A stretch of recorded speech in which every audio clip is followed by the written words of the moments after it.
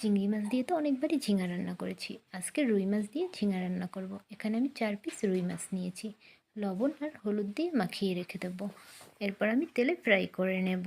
আর ঝিঙাটাকে ওদিকে কেটে রেখে দিয়েছি। প্রথমে আমি মাছটাকে তেলে একটু ফ্রাই করে নেব। লবণ হলুদ ভালো করে মাখানো হয়ে গেছে।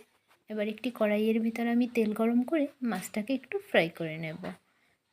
মাছগুলো আমি দিয়ে দিলাম। একে একে সব মাছগুলো আমি দিয়ে দিলাম। মাছটাকে আমি ভালো করে ভেজে নিয়েছি। এবার আমি মাছটাকে তুলে নেব। যে তেলের ভিতর আমি মাছটা ভেজেছি সেই তেল দিয়েই আমি মশলাটাকে কষিয়ে নেব।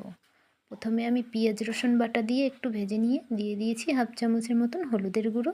এরপর একটু পানি দিয়ে আর একটু কষিয়ে নেব। তারপর দিয়ে দেবো 1 চামচ মরিচের গুঁড়ো, স্বাদ মতন লবণ, আর দিয়ে দেবো জিরের গুঁড়ো, আর দিয়ে দেবো ধনিয়ার গুঁড়ো। এবারে মশলাটাকে ভালো করে কষিয়ে নেব। মশলাটা যত ভালো কষানো হবে রান্নাটা তত ভালো হবে। মশলাটা কষানোর জন্য এখানে আমি একটু পানি অ্যাড করলাম। এবার মশলাটাকে যতক্ষণ পর্যন্ত তেল না ছেড়ে দেবে ততক্ষণ পর্যন্ত আমি মশলাটা কষাতে থাকবো। যখন মশলা থেকে তেল ছেড়ে দেবে তখন আমি ঝিঙাগুলো দিয়ে ঝিঙার সঙ্গে মশলাটাকে ভালো করে কষিয়ে নেব। আবারও ঝিঙার সঙ্গে আমি মশলাটাকে ভালো করে মিশিয়ে নিচ্ছি। আর কিছুক্ষণের জন্য আমি একটা ঢাকনা দিয়ে ঢেকে রেখে দেবো। এতে করে ঝিঙাটা খেতে অনেক ভালো লাগবে। ঝিঙাটা আবারও কিছুক্ষণ আমি কষিয়ে নেব।